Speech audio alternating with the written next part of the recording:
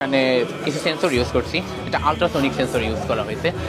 একটা নির্দিষ্ট দূরত্ব থেকে টেকনিক্যাল ত্রুটির কারণে দেখাতে পারছি না, রাডারের সামনে যখন আমাদের যে কোনো আমরা এখন হাত দিলেই রাডারে আমাদের হচ্ছে রেড দেখাবে যে রাডারের সামনে কিছু আছে, এবং সেটা যদি আমরা ওখান থেকে অ্যাকসেপ্ট করি তাহলে সে কিছুই করবে না।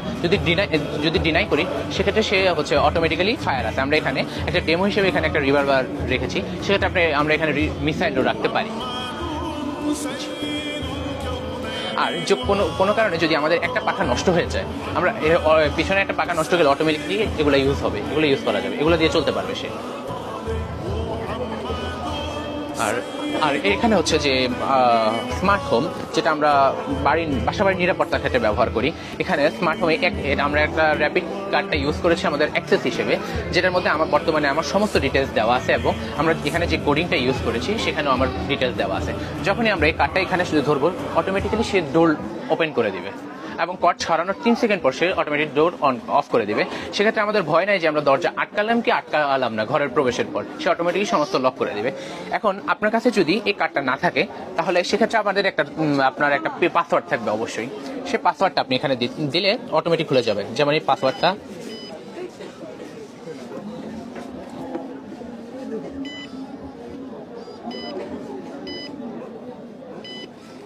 খুলে গেছে, এবং 3 সেকেন্ড পর অফ করে দিবে। আর এটা হচ্ছে ওয়াটার সাপ্লাইয়ের জন্য, অটোমেটিক ওয়াটার সাপ্লাই। আমরা বিভিন্ন পাবলিক প্লেসে বা মসজিদগুলোতে দেখতে পাই যে আমরা অতিরিক্ত পানি অপচয় করি, প্রয়োজনের তুলনায় বেশি অপচয় করে হয়ে যায়। পানি ছাড়লে বন্ধ করি না, বা অনেক সময় কলের ত্রুটি বা বিভিন্ন কারণে। তো সেক্ষেত্রে আমরা যখন এখানে হচ্ছে আপনি হাত দিবেন, তখন অটোমেটিক্যালি সে আপনার এখানে আমাদের সেন্সর লাগানো আছে, সে আপনার বডি করে সে হচ্ছে পানি ছাড়বে। সেম ভাইয়া, সে অটোমেটিকলি পানি ছাড়বে। এতে করে আমরা পানির অপচয় কমাতে পারি, কারণ আমরা বর্তমানে জানি যে বিশ্বের ভূগর্ভস্থ আমরা খাওয়ার জন্য ব্যবহার করি হচ্ছে ভূগর্ভস্থ পানিটা, যেটার পরিমাণ বা ইতিমধ্যে খুবই তলানিতে গিয়ে ঠেকেছে, যা আমাদের জন্য খুবই বিপজ্জনক একটা সংকেত। পরবর্তীতে আমরা একটা সংকটে পড়বো, যেটা হচ্ছে আমাদের খাওয়ার পানির সংকটে পড়বো। তো সেটা যাতে একটু হলেও কমানো যায়, আরো দীর্ঘস্থায়ী করা যায়, সেক্ষেত্রে পানির অপচয়টার জন্য এই সিস্টেমটা মেইনলি। আর এটা হচ্ছে অটোমেটিক ট্রাফিক সিগন্যাল, যেখানে হচ্ছে আমরা দেখতে পাই যে বিভিন্ন সময় হচ্ছে একটা হচ্ছে রোড খোলা থাকে 2-3 মিনিট পর খুলে দেয়, কিন্তু আরেকটা রোড 10-15 মিনিটের জন্য ও অফ করে দেয়। সেটা বিরক্ত লাগে, বা আমাদের সময় অপচয় হয়, বা যানবাহনগুলোর ফুয়েল নষ্ট হচ্ছে, পরিবেশ দূষিত হচ্ছে সে ফুয়েল দ্বারা। তো সেক্ষেত্রে সেটা এড়ানোর জন্য আমাদের প্রত্যেকটা ট্রাফিক সিগন্যালে বর্তমানে 5 সেকেন্ড করে একটা সময় নির্ধারণ করে দেওয়া আছে। 5 সেকেন্ড পর যে কোনো দুইটা অফ হয়ে যাবে, দুইটা লেন অফ হয়ে যাবে, বাকি দুইটা খোলা থাকবে। যে দুইটা খোলা থাকবে সেগুলো দিয়ে গাড়ি যাতায়াত করবে।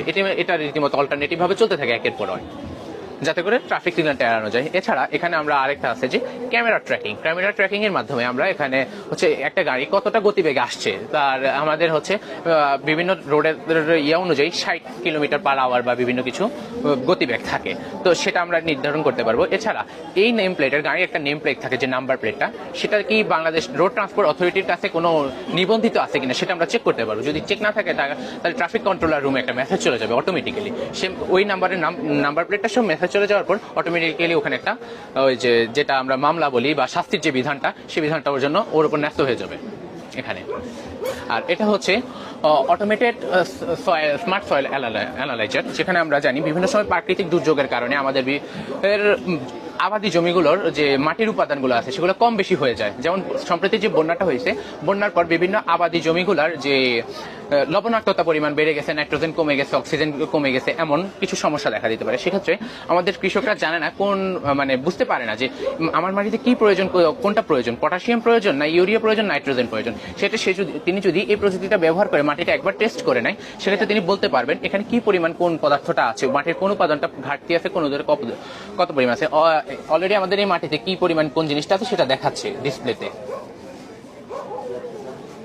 সেক্ষেত্রে আমরা ফসলের উৎপাদনটা ভালোভাবে করতে পারবো আশা করছি। কীটনাশক সার বিভিন্ন জৈব পদার্থর যে মেনটেন্যান্সটা সেটা সহজভাবে হবে। আর এটা হচ্ছে অটোমেটিক রেল ক্রসিং সিস্টেম, যেটা হচ্ছে আমরা যেহেতু স্বল্প পরিসরে একটা মডেল, সেটা হচ্ছে একটা নির্দিষ্ট দূরত্ব থেকে সে আমাদেরকে সিগন্যাল দেবে। সিগন্যাল দেওয়ার পর একটা নির্দিষ্ট দূরত্ব অতিক্রম করার পর সে অটোমেটিক্যালি অফ করে দিবে। হয় নাই সে অটোমেটিক্যালি রোডটা অফ করে দিবে এবং সে এটা ক্রস করার পর এই অংশটা ক্রস করার পর সে অটোমেটিক্যালি অংশটা এই অংশ কি আছে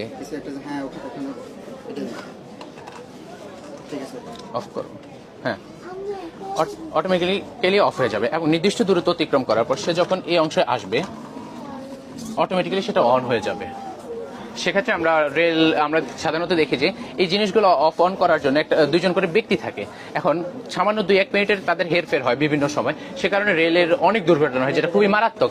একজন মানুষও বাঁচার কোনো উপায় নেই, দুমড়ে মুচড়ে শেষ হয়ে যায়। সেটা এড়ানোর জন্য এই প্রযুক্তিটা আমরা ব্যবহার করতে পারি। অটোমেটিক্যালি সে হচ্ছে এটা অফ অন করে দিবে। আর এক্ষেত্রে আমরা অনেকেই বলতে পারে, আমি এটা দেখাচ্ছি, একটা সাপোজ এটা একটা গাড়ি, সে যদি কোনো গাড়ি এখানে থাকে রেল এই আসার মুহূর্তে এই গাড়িটা থাকে, যেহেতু আমরা নির্দিষ্ট একটা দূরত্ব থেকে সেটাকে সিগন্যাল দিচ্ছি যাতে এখানে যদি কোনো গাড়ি থাকে সেটা চলে যেতে পারে এবং পরবর্তীটা যাতে বন্ধ হয়ে যায়, পরবর্তীতে আর কোনো গাড়ি যাতে উঠতে না পারে। আর এটাও দুর্ঘটনা থেকে এই গাড়িটাও দুর্ঘটনা থেকে বাঁচতেছে একটা নির্দিষ্ট দূরত্ব থেকে তাকে করার জন্য। আমি তৌসিফ ইবনে শরীফ, আমি মিরপুর কলেজে প্রতিনিধিত্ব করছি এখানে। সাথে আছে আমার টিমমেটরা, মীর এমডি পায়েল আর হচ্ছে খন্দকার